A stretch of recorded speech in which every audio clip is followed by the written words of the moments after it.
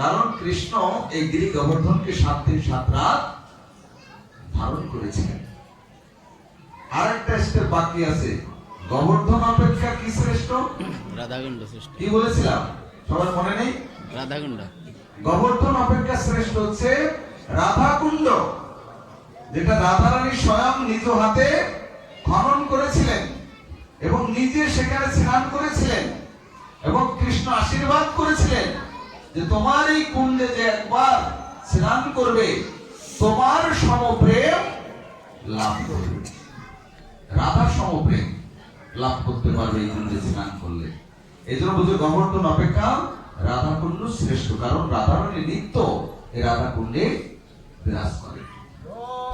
জয় জয় নিতাই গৌর প্রেমানন্দে হরি।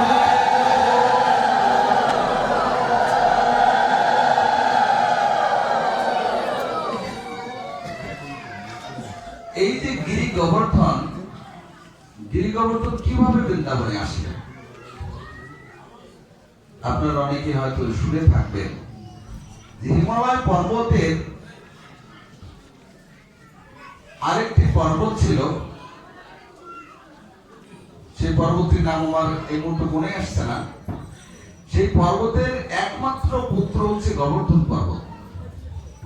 একবার পুরস্ত ঋষি, উনি তো থাকতেন কাশীতে তপস্যা করতেন, কিন্তু তিনি হিমালয়ে সেখানে গিয়ে এই গোবর্ধনের পিতার কাছে অন্ন দান পেয়েছিলেন, মানে অন্ন গ্রহণ করেছিলেন। শাস্ত্রে বলা আছে যদি কাউকে কিছু দান করতে হয় তাহলে তার কি দিতে হয়? দক্ষিণাও দিতে হয়। যেহেতু অন্ন দান করেছিলেন পুলস্ত ঋষিকে, তখন পুলস্ত ঋষি বলছে আপনার এই দান যথার্থ হবে যদি আপনি দক্ষিণা দেন। বলছে আপনি কি বাসনা করেন, আপনি কি অভিলাষ করেন, দক্ষিণা হিসাবে আপনি কি চান? তখন পুলস্ত ঋষি বলেছিলেন যে আপনার একমাত্র পুত্র এই গিরি গোবর্ধনকে আমি চাই, কারণ আমি যেখানে থাকি কাশীতে এত প্রচন্ড রৌদ্রের মধ্যে আমি তপস্যা করতে পারি না, অত্যন্ত কষ্ট হয়। আপনার পুত্রকে যদি আমাকে দিতেন তাহলে আমার সুন্দরভাবে তপস্যা হতো। এবার সেই গোবর্ধনের পিতামাতা ক্রন্দন করছেন যে আমাদের একমাত্র সন্তান, আমি কি করে আপনাকে দিব? এক পর্যায়ে তারা ক্রন্দন করতে করতে পুত্রের কাছে গেলেন, গোবর্ধনের কাছে। গোবর্ধন ছিলেন অত্যন্ত মহান ভক্ত ভগবান শ্রীকৃষ্ণের, মহান ভক্ত। তার বহুদিনের অভিলাষ যে আমি কবে বৃন্দাবনে যাব আর ভগবান কৃষ্ণ অনাদিরাদি গোবিন্দ বিশ্ব ব্রহ্মাণ্ডের মালিক আমাকে কেন্দ্র করে তিনি তার লীলাবিলাস সম্পন্ন করবেন, সেদিন কবে হবে? বহুদিন ধরে তার অভিলাষ। তো যখন পুলস্ত ঋষি বলেছেন তাকে নেওয়ার জন্য, তখন তার পিতামাতা কিছুতেই দিতে রাজি হননি। পুত্রর কাছে গিয়ে বলছে, হে পুত্র, আমরা এই অবস্থায় কি করতে পারি? তখন পুত্র বলে উঠলেন, হে পিতা, হে মাতা, পুত্রের জীবন তখনই সার্থক যখন কোন সাধুগুরু বৈষ্ণবের সেবায় লাগে। যেহেতু পুলস্ত ঋষি সাক্ষাৎ মণিবর ঋষি, সে আমাকে চেয়েছে, আপনারা কেন আর কৃপণতা করছেন? আমাকে দিয়ে দিন, তাহলে আপনারা তো মণি ঋষির কাছে ছোট হয়ে যাবেন, আমাকে দিয়ে দিন। তখন পুত্র স্বয়ং নিজ ইচ্ছায় রাজি হয়ে গেছে। তখন পুলস্ত ঋষি খুব আনন্দিত। তখন গোবর্ধনকে যখন নিতে গেছেন, গোবর্ধন বলছেন, হে ঋষিবর, আমি আপনার সঙ্গে যাব, আমার কোনো দ্বিধাদ্বন্দ্ব নেই, কিন্তু একটা শর্ত আছে। কি শর্ত? শর্তটি হচ্ছে এই, যদি কখনো রাস্তায় যেতে কোথাও আমাকে রেখে দেন, সেখান থেকে কিন্তু আমি আর উঠবো না। আপনি শত চেষ্টা করলেও আমাকে উঠাতে পারবেন। সুতরাং এই শর্ত যদি মেনে নেন তাহলে আমাকে নিয়ে চলুন। পুলস্ত ঋষি চিন্তা করলেন, আমার এত যোগবল আছে যে গোবর্ধন পর্বতকে আমি এক হাতের উপরে করে উঠতে উঠতে আকাশ মার্গে আমি কাশীতে নিয়ে যেতে পারবো। তো পুলস্ত ঋষির এত শক্তি ছিলেন যে গোবর্ধন পর্বতের এই শর্ত মেনে নিয়ে এক হাতের পরে এই গিরিরাজ গোবর্ধন পর্বতকে তিনি ধারণ করলেন। আর হনুমানের মতো, হনুমান যেরকম কি করেছিলেন, পুরো পর্বতটাকে ধরে নিয়ে এসেছিলেন, কিন্তু সেই পর্বত ছোট ছিল, কিন্তু গিরি গোবর্ধন বিশাল বড়, 21 কিলোমিটার লম্বা এবং 4 কিলোমিটার চওড়া, বিশাল ব্যাপার। সেই পর্বতকে পুলস্ত্য ঋষি আকাশ মার্গে উড়ন্ত অবস্থায় নিয়ে যাচ্ছিলেন। যখন সেই হিমালয় থেকে কাশীতে যেতে কিন্তু মাঝখানে পড়ে বৃন্দাবন। এই বৃন্দাবনে ঠিক এটা ছিল ত্রেতা যুগের কথা। তখন যখন বৃন্দাবনের যেখানে এখন গোবর্ধন আছে ঠিক ওই জায়গায় আসলে পুলস্ত্য ঋষির অত্যন্ত হাত ভারী হয়ে যাচ্ছে, যেন হাত রাখতে পারছে না। আর তার সমস্ত আহ্নিক ক্রিয়াদি বা বাদ্য ক্রিয়াদি সমস্ত কিছু একসঙ্গে চাপ দিয়েছে। তখন উনি আর সেই যে শর্তটার কথা ভুলে গেছে, যে শর্ত দিয়েছিল গোবর্ধনে তা ভুলে গেছে, তার যে সংকট অবস্থা, এই সংকট অবস্থায় শর্তের কথা ভুলে গেছে। সাথে সাথে কি করছেন, ওই বৃন্দাবনে ঠিক যেখানে এখন গোবর্ধন আছে ঠিক ওই জায়গাটা রেখে উনি সমস্ত ক্রিয়াকলাপাদি সবকিছু সেরে এক পর্যায়ে একটু একটু বিশ্রাম নেওয়া হলো।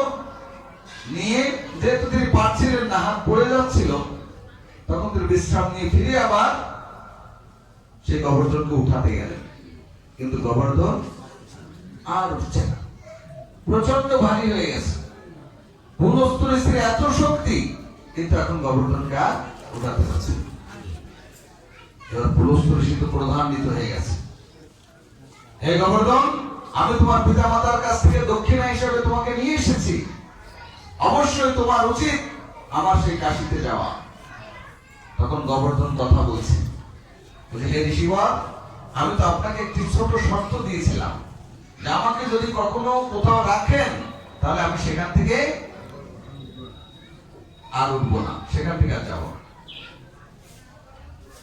এবার পুলস্ত্য ঋষি অত্যন্ত ক্রোধান্বিত হয়ে গেছে, কি আমি দক্ষিণা হিসেবে তোমাকে নিয়ে এসেছি আর তুমি এখান থেকে যাবে না? আমি অভিশাপ করছি, প্রতিদিন তুমি তিল পরিমাণ মাটির নিচে তলিয়ে যাবে। পুলস্ত্য ঋষি তখন অভিশাপ করে দিল। সেই হেতু সেই ত্রেতা যুগ থেকে এই পর্যন্ত, মানে এই কলিযুগ এ পর্যন্ত বহু বছর, লক্ষ লক্ষ বছর চলে গেছে। তাই গিরি গোবর্ধন যতটা সুউচ্চ ছিল ততটা উচ্চ এখন আর নেই। এখন ধীরে ধীরে তিল পরিমাণ যদি ডেলি প্রতিদিন যদি একটু নিচে নেমে যায় তখন তো একটু কমে যাওয়ার কথা। এখন অনেকাংশে কমে গেছে এবং যে চওড়া ছিল প্রশস্ত সে দিকটাও একটু কমে এসেছে। মানে বলা হচ্ছে এই ঘোর কলি যখন আসবে তার আগেই, যখন এই জগৎ থেকে সমস্ত সাধু মহাত্মা গুরু বৈষ্ণব সবাই অপ্রকট হবেন, চলে যাবেন, আর এই জগৎ যখন একেবারে অধর্মে পরিপূর্ণ হয়ে যাবে তখন এই গিরি গোবর্ধনকে আর দেখা যাবে না, সে মাটির নিচেই চলে যাবে। আর কি হবে তখন? এই সারা পৃথিবী একেবারে জলে মগ্ন হয়ে যাবে, জলে জলাকার হয়ে যাবে এবং সমুদ্র থেকে তখন বিশাল বেগে সুউচ্চ ভাবে ঢেউ আসবে। আর সেই ঢেউয়ে সমস্ত দালান কোঠা অট্টালিকা 100 তলা যত তালাই হোক না কেন সব ভেঙে চুরে একেবারে পুরো ধূলিসাৎ করে দেবে, দিয়ে পুরো পৃথিবী তখন হয়ে যাবে জলে পরিপূর্ণ। আর সমস্ত জীব সেই ঘোর কলিতে যখন কল্কি অবতার আসবেন, তিনি ঘোড়ার পিঠে চড়ে তিনি তলোয়ার নিয়ে আসবেন, সে সম্বলপুরে তিনি আবির্ভূত হবেন। আগেই বলা আছে সব, ভগবান আসেন তার বহু বছর আগে শাস্ত্রে লেখা থাকে। এই জন্য আমরা যাকে তাকে ভগবান বলতে পারি না। ভগবানের একটা কি থাকে, একটা দলিল থাকে, সে দলিল হচ্ছে শাস্ত্র। গীতা, ভাগবত, চৈতন্য চরিতামৃত, বেদ, বেদান্ত, উপনিষদ, এইগুলো হচ্ছে দলিল। এইগুলোর মধ্যে যার নাম ইনক্লুড করা আছে যার নাম বহু বছর আগে লেখা আছে, তিনি ভগবান হতে পারেন, তাই না? এই জমির মালিককে প্রমাণ কিসে হবে বাবা? দলিলে। তো তদ্রূপ ভগবান আমরা যাকে তাকে বলতে পারি না, যার নাম বহু বছর আগে মুনি ঋষিগণ ভগবান স্বয়ং শাস্ত্রে লিখে দিয়েছেন, যে তিনি ঠিক সেই সময় আবির্ভূত হবেন এবং আমরা তাকেই ভগবান বলে দাবি করতে পারি। যেমন সত্য, ত্রেতা, দ্বাপর, কলি, 4 যুগে 4 জন ভগবান এসেছেন। সত্য যুগে শ্রীহরি, সত্যনারায়ণ, এবং ত্রেতা যুগে ভগবান রামচন্দ্র, দ্বাপর যুগে ভগবান শ্রীকৃষ্ণ, এবং কলি যুগে শ্রীকৃষ্ণ চৈতন্য মহাপ্রভু। এই 4 যুগে 4 জন ভগবান। এর মধ্যে আর কেউ ভগবান আসবেন বলে শাস্ত্রে কোনো দৃষ্টান্ত বা সিদ্ধান্ত বা কোনো ইঙ্গিত আমরা পাইনি। আর বৈবস্বত পুরাণে যেটা লেখা আছে সেটা হচ্ছে কল্কি অবতারে কল্কি ভগবান আসবেন এবং সেটা ঘোড়ার উপরে তলোয়ার নিয়ে সম্বলপুর গ্রামে তিনি আসবেন। তো যাই হোক, এইভাবে গিরি গোবর্ধন বহু অভিলাষ নিয়ে তিনি বৃন্দাবনে যখন আসলেন, এবার গোবর্ধনকে কেন্দ্র করে নিয়ে ভগবান শ্রীকৃষ্ণ তিনি বহু লীলা বিলাস করলেন। একাধারে 7 দিন সেই গিরি গোবর্ধনকে তার কনিষ্ঠ আঙ্গুলের উপরে রাখলেন এবং স্বয়ং গিরি গোবর্ধন রূপে স্বয়ং ভগবান যখন প্রকট হলেন, তখন সমস্ত ব্রজবাসীদেরকে বললেন, যাবে বৃন্দাবনে গিরি গোবর্ধন রূপে সাক্ষাৎ আবির্ভূত হলাম। সেদিন থেকে গিরি গোবর্ধনকে কি বলা হয়? ভগবান। গিরি গোবর্ধন সেদিন থেকে ভগবান হয়ে গেছে। যেদিন অন্নকূট লাগিয়েছিল, অন্নকূটের দিন ভগবান শ্রীকৃষ্ণ কি রূপে আবির্ভূত হলেন? পুরো গিরি গোবর্ধন রূপে। আর গিরি গোবর্ধন রূপে আবির্ভূত হয়ে সমস্ত অন্নকূটের প্রসাদ গ্রহণ করেছিলেন। সেখান থেকে ঘোষণা দিলেন যে আমি স্বয়ং বৃন্দাবনে এই গিরি গোবর্ধন রূপে প্রকটিত। এজন্য চৈতন্য মহাপ্রভু বৃন্দাবন বৃন্দাবন বলে যখন কাঁদছিলেন, এই বৃন্দাবনের মাটিতে পা রেখে তিনি চিনতে পারছিলেন না যে আজ থেকে সে 5,500 বছর সে বৃন্দাবন এখন জানো একবার শ্রীহীন হয়ে গেছে। চৈতন্য মহাপ্রভু শুধুমাত্র বৃন্দাবনে গিয়ে গিরি গোবর্ধন আর যমুনা এই দুটি দর্শন করে বুঝতে পেরেছিলেন যে এই হচ্ছে আমার সেই বৃন্দাবন। এইভাবে চৈতন্য মহাপ্রভু নির্দেশ করেছিলেন। এটা গেল দাপর যুগের কথা, অন্নকূট মহোৎসবে। আর এই কলিযুগে কি হয়েছিল আপনারা জানেন যে সনাতন ধর্মের প্রেমের প্রথম অঙ্কুর কে? মাধবেন্দ্র পুরীপাদ। এই সনাতন ধর্মের প্রথম প্রেমের অঙ্কুর ছিলেন মাধবেন্দ্র পুরীপাদ। এই মাধবেন্দ্র পুরীপাদ অত্যন্ত মহান ভক্ত ছিলেন, অত্যন্ত মহান ভক্ত ছিলেন। ভগবান শ্রীকৃষ্ণের চৈতন্য মহাপ্রভু অত্যন্ত ভক্ত ছিলেন। তিনি একবার তিনি চিন্তা করলেন যে আমি বৃন্দাবনে যাব। তো মাধবেন্দ্র পুরীপাদ অনেক কষ্ট ক্লেশাদি স্বীকার করে ভ্রমণ করতে করতে এক পর্যায়ে তিনি বৃন্দাবনে এসে উপনীত হলেন। বৃন্দাবনে কোথায় আসলেন? গোবিন্দ কুণ্ডে। গোবর্ধনের পাশে যে গোবিন্দ কুণ্ড, সেই গোবিন্দ কুণ্ডে এসে তিনি ভজনা করতে লাগলেন। অযাচিত বৃত্তি নিলেন যে তিনি কারোর কাছে কিছু চেয়ে খাইতেন না। যদি কেউ কিছু দিত খেত, না দিলে উপহার যেত। এইভাবে প্রথম তিনি যখন বৃন্দাবনে এসেছেন,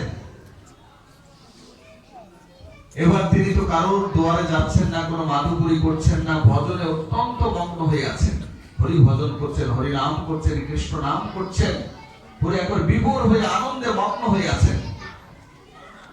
ভগবান শ্রীকৃষ্ণ রাধা রানী তিনি আগেই অভয় দিয়েছেন যে আমার বৃন্দাবনে কেউ এসে কি না খেয়ে থাকবে না, কেউ না খেয়ে থাকবে না।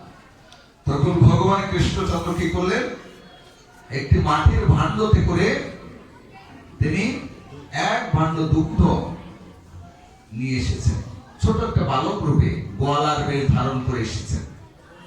এসে বলছেন, হে মাধবেন্দ্র পুরীপাদ, তুমি তো কারণ দুয়ারে গিয়ে ভিক্ষা করো না, কিছু মেঘে খাও না, তুমি শুধু ভজনই করছো। তুমি এইভাবে চলতে থাকলে তুমি কিভাবে জীবন ধারণ করবে? তুমি তো কিছুই গ্রহণ করছো না। তাই নাও, এক ভাণ্ড দুধ নিয়ে এসেছি, তুমি এটি পান করো। মাধবেন্দ্র পুরীপাদ জিজ্ঞাসা করলেন, তুমি কে গো? বলছে, আমি গোয়ালা, আমি পাশের গ্রামেই থাকি। তো তুমি কি করে জানলে যে আমি না খেয়ে আছি? তো বলছে যে গোবিন্দকুণ্ডে আমাদের ব্রজবাসীরা, আমাদের মায়েরা সবাই জল নিতে এসছে, দেখে যে তুমি এখানে শুধু ভজনই করছো, কারোর দুয়ারে যাও না, তাই তারা জানতে পেরেছে। জানতে পেরে আমাকে দিয়ে দুধ পাঠিয়ে দিয়েছে। তো তুমি এই দুধ আস্বাদন করো আর মনের আনন্দে ভজন করো। তো তুমি দুধটা পান করার পর ভাণ্ডটি রেখে দিও, আমি পুনরায় এসে আবার সেটি নিয়ে যাব। মাধবেন্দ্র পুরীপাদ এই অপূর্ব সুন্দর মনোহর রূপ বিশিষ্ট এই বালককে দর্শন করে তার হৃদয় যেন কম্পিত হয়ে গেছে, আনন্দে ভরে গেছে। যখন এই ছেলেটি তার কাছ থেকে চলে গেল, মনে হলো যেন তার হৃদয় থেকে যেন কি হারিয়ে গেছে, কে যেন চলে গেল।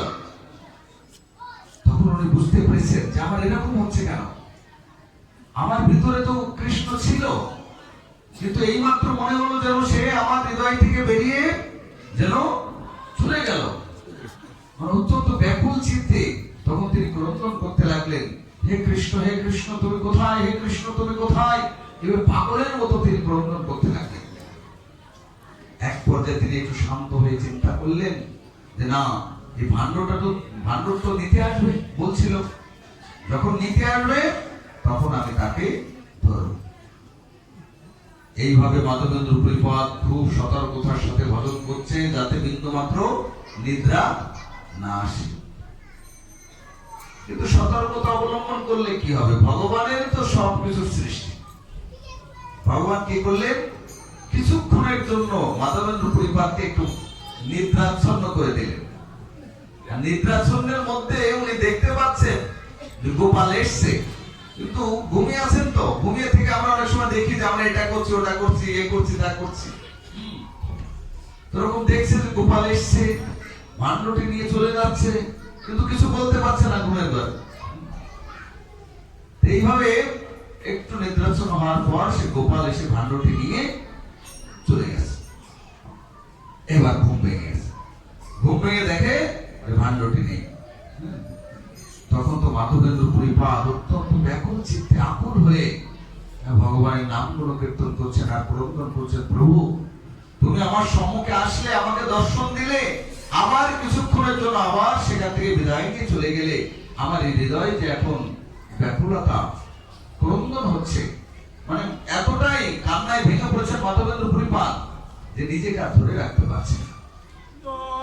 জয় জয় নিতাই বসুদানন্দ প্রেমানন্দে হরে।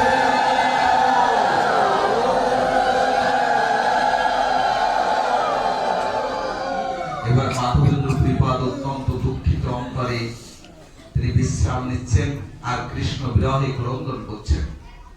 এক পর্যায়ে গোপাল আবার স্বপ্নে এসেছেন, এসেছে মাধবেন্দ্র পুরী, তুমি দুঃখ করো না, তুমি ব্রজে এসেছো, এটা আমার অত্যন্ত আনন্দের। আমি বহুদিন ধরে গোবর্ধনের একটি গুফার মধ্যে তোমার অপেক্ষায় বসে আছি। এক ব্রাহ্মণ আমাকে ভয়ে এই ঝোপ ঝুড়ির মধ্যে, এই গুফার মধ্যে ফেলে রেখে সে চলে গেছে বহুদিন, কিন্তু তোমার হাতে সেবা গ্রহণ করব বলে আমি এখনো সেখানে, সেই ঝড় বৃষ্টি বাদল সমস্ত কিছু সহ্য করে আমি সেখানেই রয়েছি। তুমি আমাকে সেখান থেকে বের করো, বের করে নিয়ে আমাকে স্নান করাও এবং স্নান করিয়ে আমাকে খেতে দাও, আমি বহুদিন খাইনি। এমন করে যখন গোপাল মাধবেন্দ্র পুরীপাদকে বললেন, সাথে সাথে ঘুম থেকে জেগে উঠেছেন।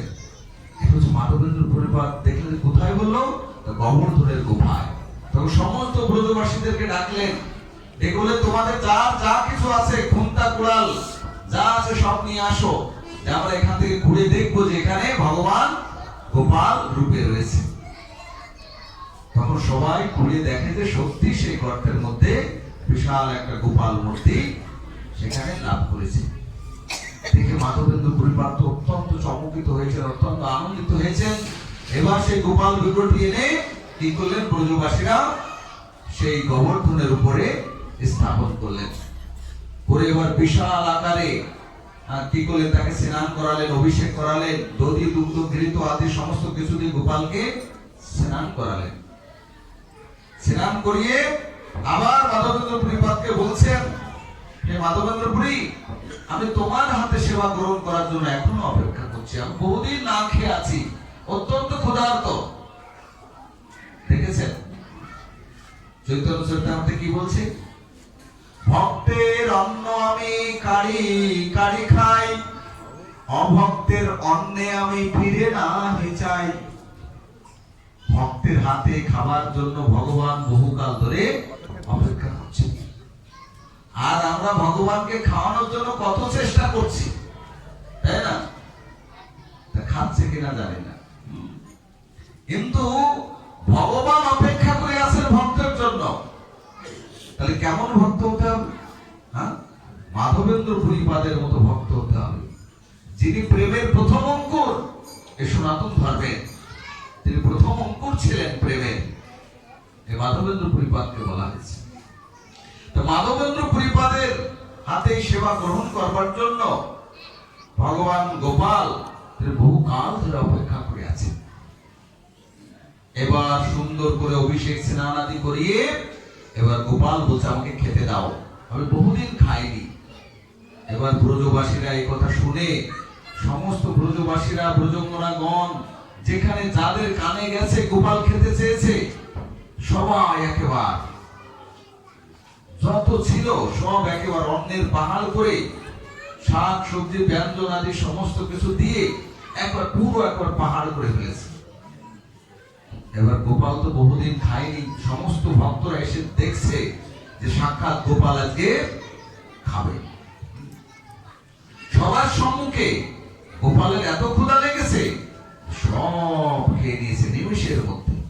ভগবান তো প্রত্যেকটি অঙ্গ দিয়ে খেতে পারেন, আমরা যে শুধু কি মুখ দিয়ে খাই, তাই না? আমাদের অন্য কোনো অঙ্গ দিয়ে খেতে পারি?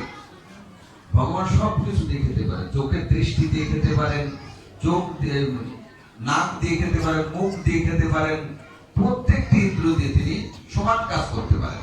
এই জন্য তিনি ভগবান। আমরা চোখ দিয়ে শুধু একটা কাজই করতে পারি, শুধু দেখতে, আর ভগবান চোখ দিয়ে সব কয়টি কাজ করতে পারে, সব কয়টি ইন্দ্রিয়ে সব কাজ করতে পারে। এই জন্য তিনি কি পরম পুরুষোত্তম ভগবান শ্রীকৃষ্ণ।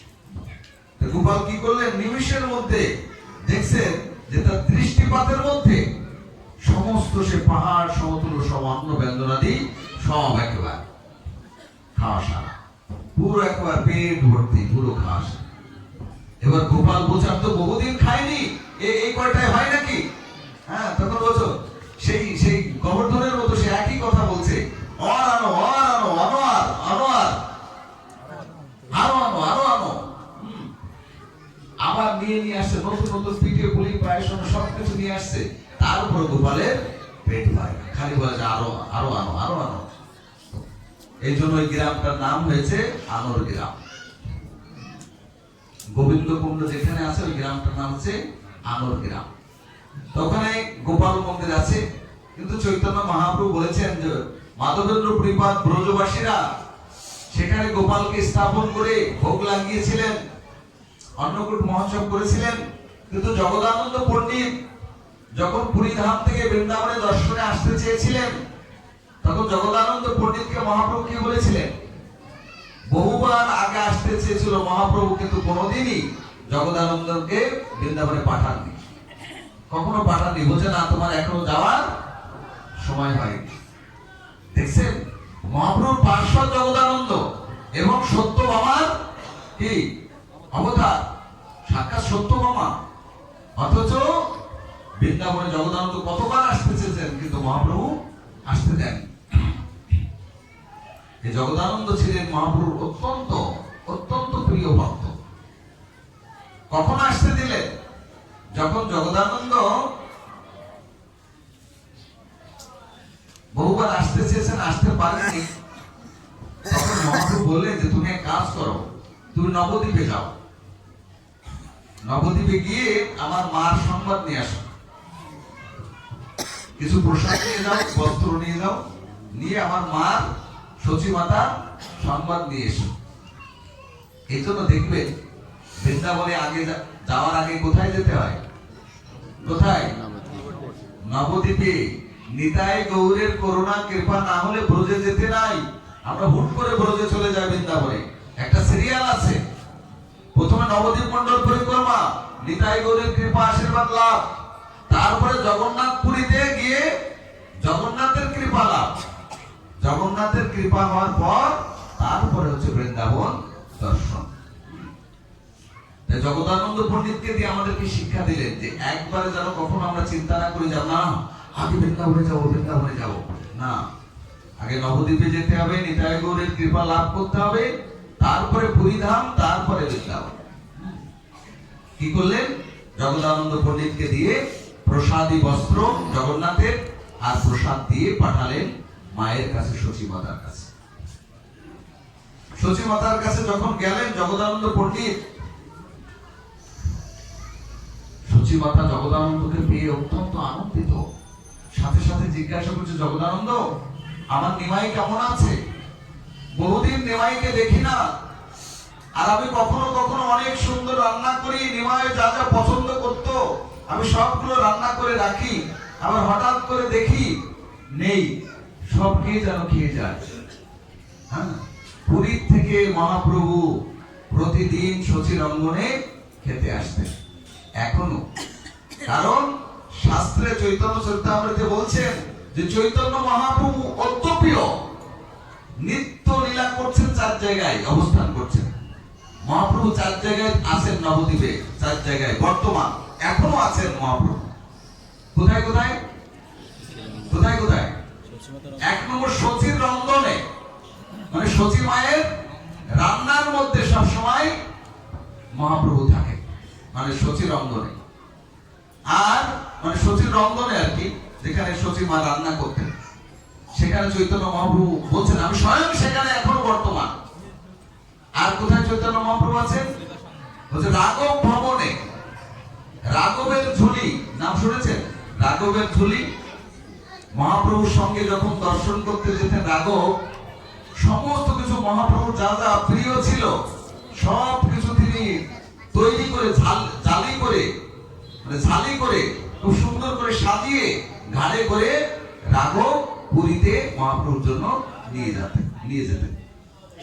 এই জন্য বলছে যে আমি রাঘব ভ্রমণে থাকি সব সময়, রাঘবের এই সমস্ত কিছু আমি আস্বাদনের জন্য, আর সচির রন্ধনে থাকি, আর শ্রীনিবাস অঙ্গনে থাকি।